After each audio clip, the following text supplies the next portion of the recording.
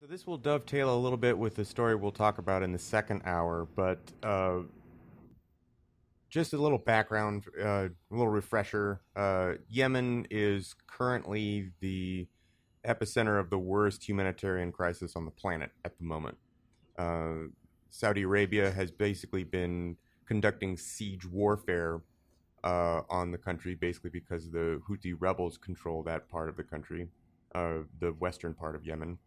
And siege warfare, if you don't know, is basically preventing access to foodstuffs and medical supplies. And the United States and the United Kingdom have been aiding Saudi Arabia in that effort by actively doing refueling missions in the air. Siege warfare, by the way, is a war crime.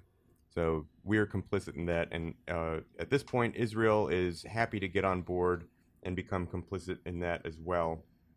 So Netanyahu said at a naval parade in Haifa on Wednesday that if Yemen were to try to block the Bab al-Mandab Strait on Yemen's west coast, which is an oil shipping pipeline, that Israel would commit troops to the area. Israel would get involved, why they would want to be involved in that conflict really can only be explained by their increasing ties with Saudi Arabia and their already extremely strong ties with the United States and the United Kingdom. But the Middle East is on fire right now, and sort of sides have been being drawn for the last 50 years, and it just feels like it's a tinderbox over there that's about ready to explode. And I don't think the mainstream press or most Americans are really talking about it and thinking about it in the light of. I'll tell you why we're not talking happen. about it. I'll tell you why we're not talking about it, because for the most part, many of Americans aren't really affected by this war.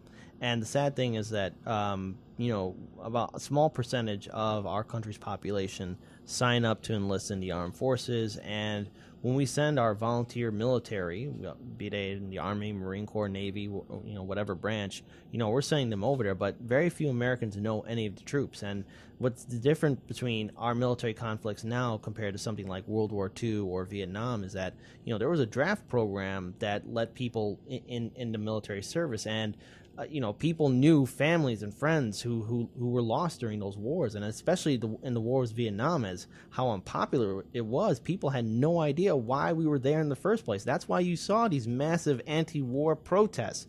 People knew that the war was unjust, and when they talked to people coming back from the war zone in Vietnam, they were sharing the horror stories and the amount of loss and the inhumanity that was there.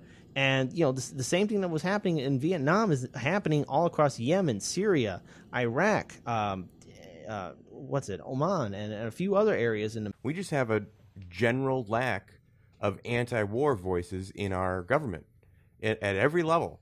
Like, we just don't seem to have people who are willing to stand up and say we shouldn't be doing this.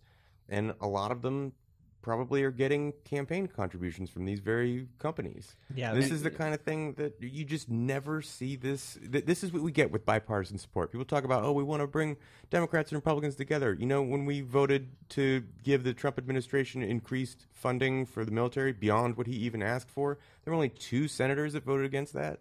It was Bernie Sanders and Rand Paul. That was it. That's what bipartisan support looks like. It looks like war. You're watching Hard Lens Media.